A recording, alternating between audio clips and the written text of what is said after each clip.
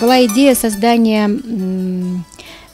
игр познавательно-развлекательных на крымско-татарском языке.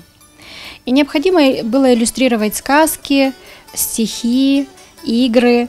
И так как у нас не было в команде профессионального художника, пришлось это бремя на себя взвалить мне.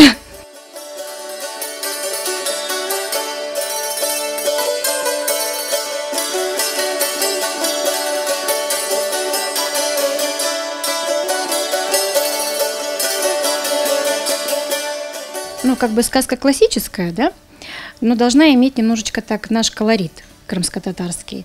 Поэтому вот комната, которая должна была быть, ну, для нее пришлось просмотреть очень много, скажем так, фотографий, картин, какие орнаменты в киизах,